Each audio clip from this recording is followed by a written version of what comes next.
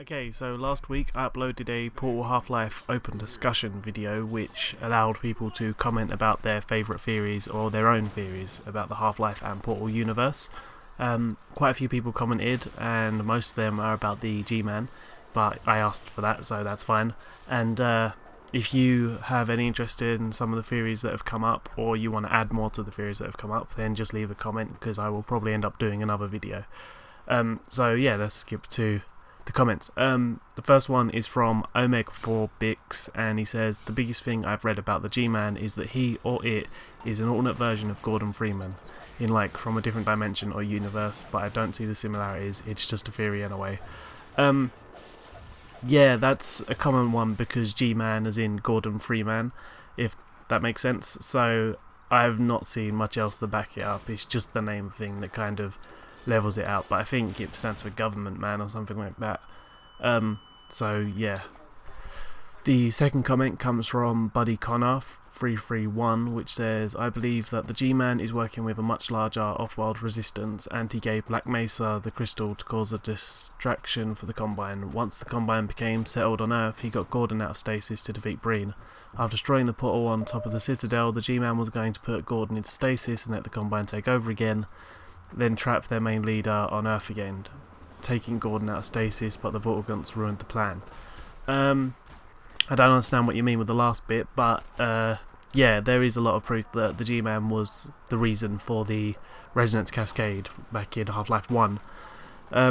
As an idea to distract the Combine, as in you mean to take them onto Earth so that the Combine wouldn't attack his employer's home planet, that's quite a decent idea, to be honest. I don't understand what you mean with the last bit when taking him back out of status after putting him back in, and how the Vortigaunt's ruined it, but I haven't played episode 1 for a while, so I'll be playing through that soon in order to do more episodes, so hopefully I'll understand what you mean by then.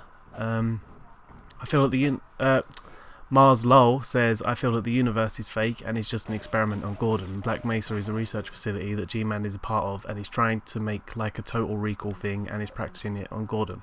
Alex might just be a secretary in the real world, and the G-Man is trying to use people he knows to be easier to put into the world.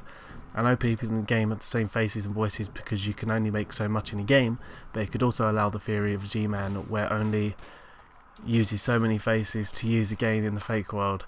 G-Man is just playing God and seeing how far he can go until one realises it's fake. Sentence structure is a little bit weird, but that is another theory that some people employ. I'm not too sure about this one, I don't really believe it. It is easier to support that. It is very interesting when people take restrictions in creating video games and actually use them to sell a narrative. So that would be usable by saying, look, everyone has the same face, and they're just kind of masking the fact that their game can't do 50,000 faces. The only other thing that you could use to support this theory is the fact that Barney doesn't seem to age, but there are probably other reasons behind that, none that I know. Okay, the next comment is from Supstar131, and he says, in Portal 2, when you're escaping with Wheatley, the Bring Your Daughter to Work day, there are two posters. One says Shell, but another one says Alex, meaning Eli could have worked at Aperture or her mother. Alex's mother is very unknown. Shell and Alex might be connected some way. I believe Alex's mother was killed. I don't know if it was in Half-Life 1. I did mention it in a retrospective episode, but I forget which episode and what actually happened to her. But I don't know if that's just a reference or if, yeah, something could have happened. Eli can't have worked there because he worked with Black Mesa, who were competitors to Aperture, and I doubt Cave Johnson would allow any employees to have worked at Black Mesa before coming to Aperture. But he could have worked at Aperture before going to Black Mesa. His mother working there is a decent idea, but I'm pretty sure that it was it Bring Your Daughter to Work day when GLaDOS took over? Because if so, then how would Alex have got out? Actually no, I think that came after. So yeah, maybe, I don't know if there's anything else to support it. There's no way I can really slip it in as fact, but it is a decent idea. The next comment is Onuculenticity. I am saying this wrong.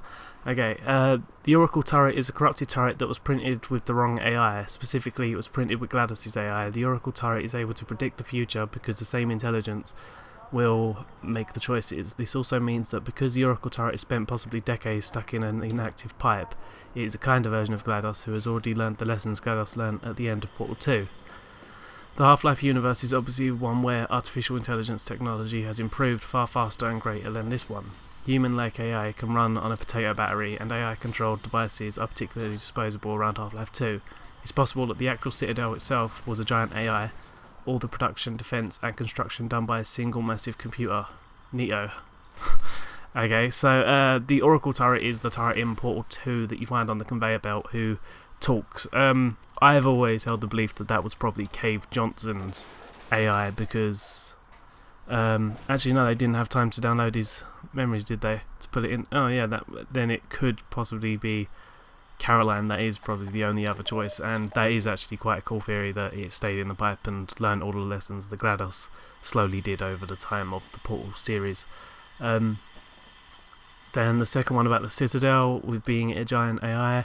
The Citadel is from Half-Life 2, for people that don't know. I don't know what to say about that. I've got nothing else to add there, so people can expand on that in the comments if they wish. And finally, Duco3000 says, in regards to GMan, I think that he doesn't really have any employers in the same way that he employs Freeman. Instead, I think he is a bit more powerful than he leads on and doesn't answer to anyone, or that his employers might be someone also controlling the Combine. In regards to the change in format, I agree.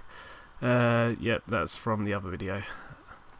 So what are we talking about? Employers. Yeah, there's a lot of belief that he is just his own being. I do like the idea that the other guy said in the comments where he was distracting the Combine, that maybe it's his own race, maybe it's his own planet, maybe he's just the embodiment of a whole race of beings that are now controlling Gordon to keep the Combine away from their planet. But there are so many things going on that it's very hard to have any concrete evidence for any of these theories, which is the most annoying part. So because GMan is such a confusing topic and there's not a lot of stuff to back it up, why don't we move on and make the next episode about the Borealis, because the Borealis is what they're all after in Half-Life now, and there are connections to it in Portal 2, but are they just a joke reference, or is it actually part of the overall story and stuff like that? So yeah, that's your work. If you have any theories on the Borealis, then comment. If you want to reply to any of the GMan theories, then comment again. I'll still put them in the next video. And yeah, I will see you next week.